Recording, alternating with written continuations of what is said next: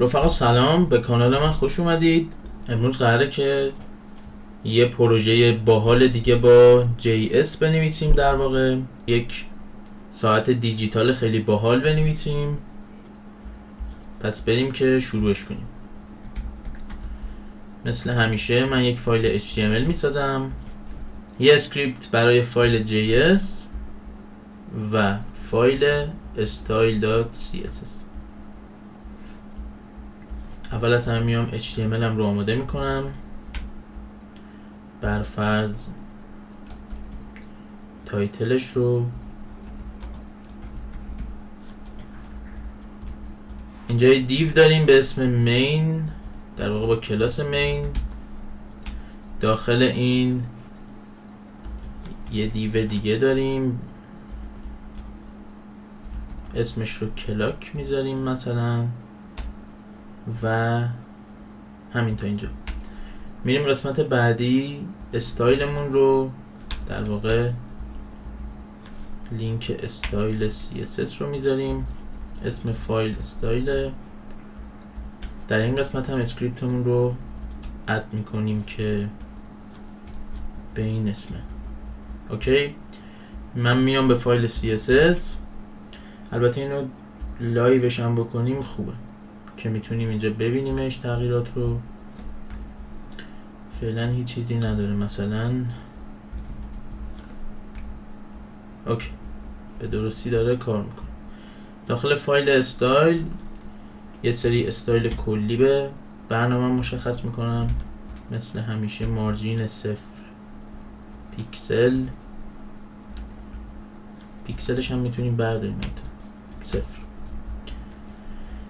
پدینگ 0. فونت فامیلی میتونیم انتخاب کنیم، برفرض یکی از اینا. من البته یه دونه حفظ بودم، اگه درست بنویسم فکر کنم این بود.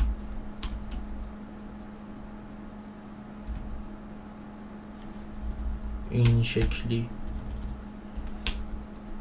اوکی، و باکس سایزینگ رو بوردر باکس میزنم. حالا کلاس مین رو اول می نویسیم، استایلش رو ویدث 100% میگیره، مینیموم هایتش 100 VH که کل صفحه رو در واقع پوشش بده. بک‌گراندمون رو در واقع میخوایم یک گرادینت بدیم. اگه بخوام بهتون نشون بدم اینجا میتونید بزنید، حتی سایت هایی هست که براتون آماده میکنه و در واقع در اختیارتون میذاره. برفرض این سایت که معروف ترینشونه فکر کنم، میتونید اینجا دستی مثلا تعیین کنید و خلاصه به شما یه خروجی میده و کدش رو میتونید در واقع کپی کنید. و حالا ما هم اینجا در واقع همون رو میخوایم استفاده کنیم. کالر که نمیشه، بک‌گراند میشه. گرادینت میشه 45.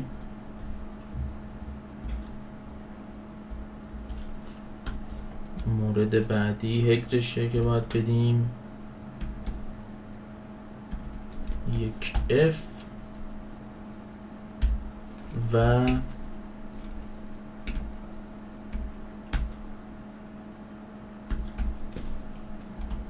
اوکی. کالر باید بدیم بهش که رنگ سفید میدیم و پوزیشن ریلیتیو. میرسیم قسمت بعدی که فکر کنم کلاک بود اسمش. ویدث 800 پیکسل بهش میدم، هایت 160 یا هیت میگن پیکسل، پوزیشن ابسولوت، تاپ 50%، لفت 50%. این برای اینه که بتونیم در واقع این دیو رو به وسط بیاریم.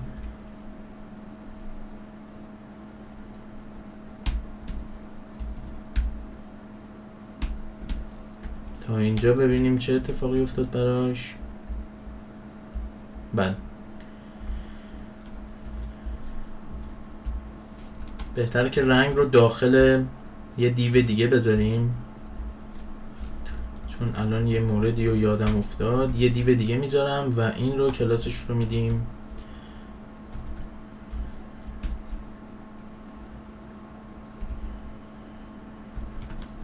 برفرض element و اینجا این رو توسعه میدیم، ویتسش میشه 100%، هایتش هم همون، بکگراندمون اینجا میشه RGBA، اینجا میذارم 235، اینجا میذارم 0، بلو هم میشه 255. درصدش رو فکر کنم 11 بدیم خوبه. اوکی، دیسپلی رو فلکس میذارم، الاین آیتمز هم میشه سنتر، جاستیفای کانتنت هم میشه سنتر. تا اینجا ببینیم چه اتفاقی افتاد. بله، به این صورت. البته که بوردر هم بدیم بهش بد نیست. بوردر ردیوس بهش میدم 10 پیکسل. چی شد؟ 10 پیکسل.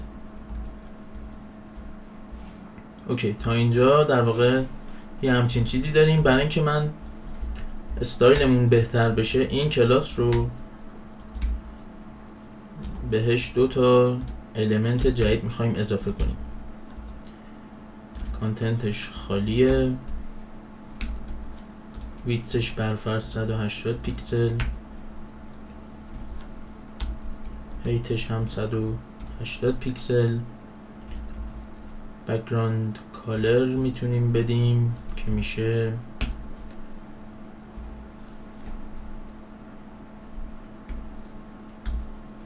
همچین چیزی. بوردر ردیوس بهش میدم 5 پیکسل مثلا. پوزیشن ابسولوت بهش میدم، لفت میشه -50 که یه کمی در واقع بزنه بیرون از اون دیو اصلیمون.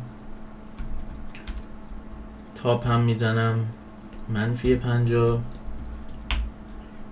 و زد ایندکسش هم -1 میذارم که بره زیر المنت اصلی. خود این رو میتونیم کپی کنیم،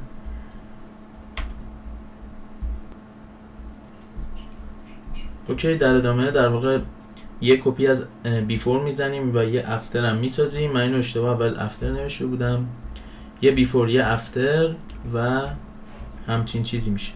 و قدم بعدی اینه که در واقع ساعتمون رو اینجا اضافه کنیم.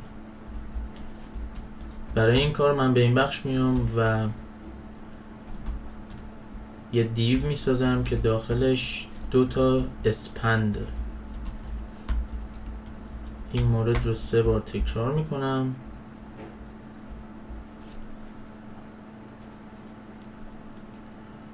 برفرض به صورت تستی دیگه ساعت 12 مثلا.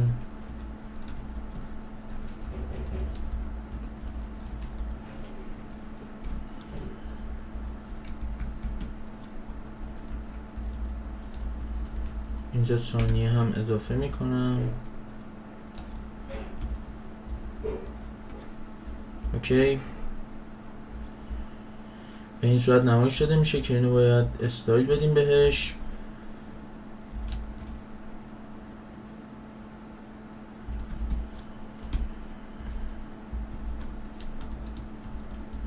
این رو برای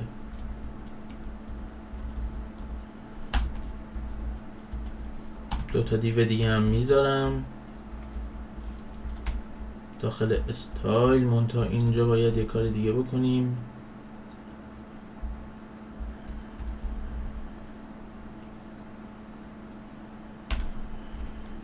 به این صورت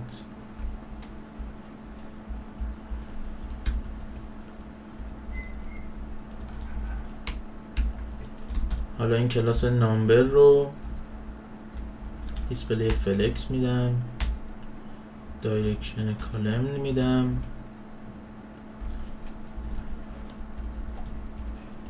سنتر، الاین آیتمز سنتر. ادامه میدیم، رسیدیم به این بخش و بعد از این من برای اسپن ها کلاس گذاشتم به اسم نامبر و تایتل، در واقع برای هر ستاشون. و اینجا استایلی که آماده کردم اینجوریه: نامبر فونت سایز 80 پیکسل میگیره و تایتل 20 و خروجی به این صورته. حالا باید بریم قسمت JSC و در واقع برنامه نویسیش رو انجام بدیم. برای بخش JSش من خلاصه اگه بخوام بهتون بگم اینجوریه که این نامبرها رو در واقع ما باید آیدی بهشون بدیم و ازشون استفاده کنیم. مثلا HRC میشه ساعت،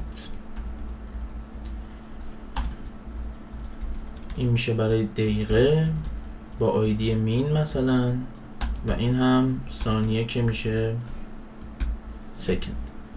میایم به این بخش، اینکه تایم فعلی رو بگیریم از این فانکشن استفاده میکنیم با نیو و دیت رو صدا میزنیم. بعد از این لازمه که این رو لاگ بزنیم و ببینیم چیه.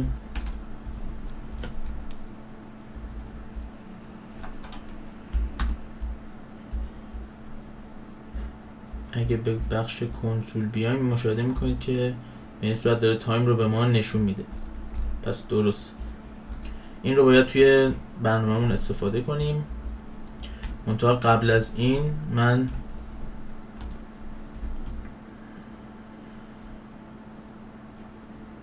HRC من چرا نوشتم اینجا HRS باید بنویسم.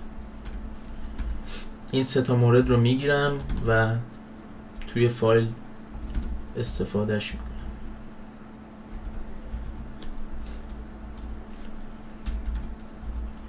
آیدی HRS همچنین برای مینت و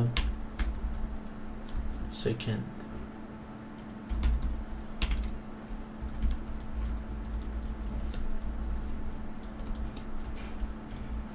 اوکی. و اینجا من یک فانکشن set interval باید تعریف کنم که کارش اینه هر در واقع ما بهش میگیم هر چند ثانیه چه کاری رو انجام بده و ما اینجا لازم داریم که بهش بگیم هر 1 ثانیه برای ما بیا تایم رو آپدیت کن. این تایم که گرفتیم رو میاریم اینجا و به این صورت میگیم که این element رو inner HTMLش رو مساوی قرار بده با تایم فعلی get hours که میشه ساعت.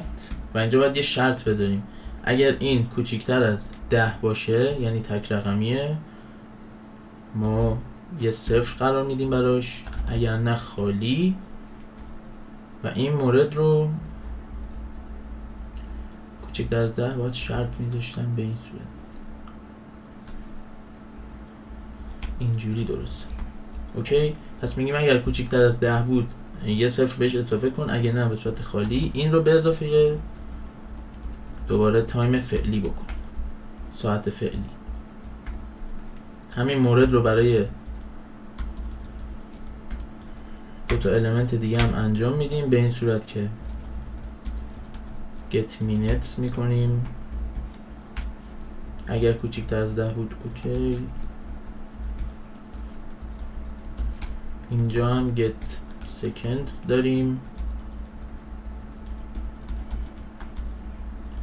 و این element میریم که مشاهدهش کنیم و همونطور که میبینید به درستی داره کار میکنه و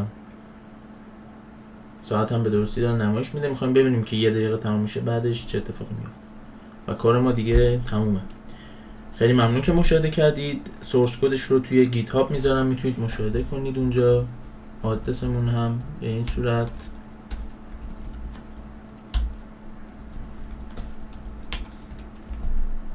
براتون وارد کردم. اینجا هم 58 59 و تموم شد. دقیقه اضافه شد و کار تموم.